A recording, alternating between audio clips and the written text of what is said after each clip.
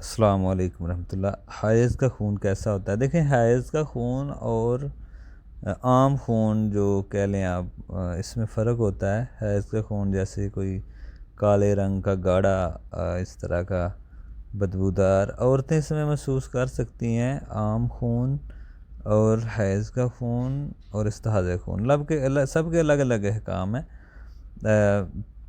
جیسے یہ ایک عام خون ہوتا ہے جس کو جو بیماری کا ہوتا ہے، خون دو قسم کا ہو سکتا ہے، ایک سرخ اور کالے رنگ کا۔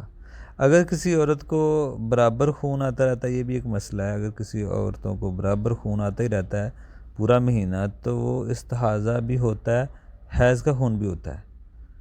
تو وہ حیض کا خون اور استحاضہ میں فرق کر لیں عورتیں۔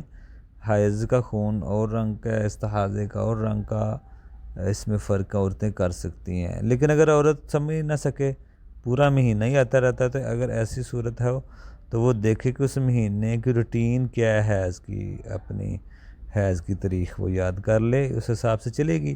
یعنی کہ پورا مہینہ ہی اگر روٹین ہے، حیض استحاضہ کا خون آ رہا ہے، تو وہ دیکھ لے کہ اس کی عام روٹین حیض کی کیا ہے، کس طریق کو آ رہا ہے، کس کو رک رہا ہے، تو وہ اس حساب سے چلے، چاہے خون کا رنگ ایک جیسا ہی کیوں نہ ہو، وہ اپنی روٹین کے مطابق وہ چلے گی، ٹھیک ہے نا۔ اس تاریخ تک وہ حیض والے احکام اپنے اوپر لاگو کرے، اس کے پہلے بعد پھر وہ استحاضہ والے معاملے کے اوپر اپنے اوپر معاملہ رکھے، وہ استحاضہ کا سمجھے، وہ استحاضہ والے احکام اس کو الگ پتہ ہونا چاہیے، حیض والے خون کے احکام کیا ہیں اس کو الگ پتہ ہونا چاہیے۔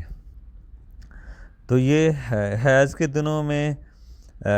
دنوں میں کوئی بھی اگر خون ہو، وہ حیض کا ہی شمار کیا جائے گا، ٹھیک ہے نا۔ پورا مہینہ آ رہا ہے اور حیض کے جو دن ہے وہاں پہ بھی وہ خون چل رہا ہے، تو آپ اس کو خون کو حیض کا شمار کر لیں۔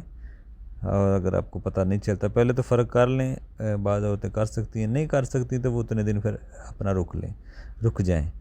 عورت کو اپنے ان ایام کا بھی پتہ ہونا چاہیے، حیض اور استحاضہ کے ایام کون سے ہیں۔ یہ حیض کے چلتے ہیں، وہ حیض والے احکام ہیں، وہ حیض والے احکام کے مطابق عمل کرے، اور استحاضہ کو پہلے اور بعد کو استحاضہ والا بنا لے، اس کے احکام کے مطابق چلے۔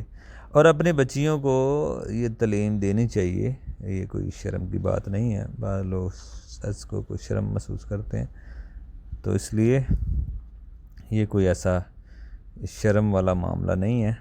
عورتوں کو پتہ ہونا چاہیے استحاضہ کے احکام کیا ہیں، اور حیض کے احکام تو ہم نے کافی وضاحت سے دیکھے ہیں۔ باقی مزید دیکھتے ہیں استحاضہ کے مسائل، استحاضہ عورت کے مسائل جو ہیں، اس کو ہم تفصیل سے انشاءاللہ دیکھتے ہیں کہ اس کے کیا مسائل ہیں۔ اور حیض کے تو آپ نے دیکھے ہیں، نفاس کے بھی بلکہ آپ نے دیکھ لی ہیں۔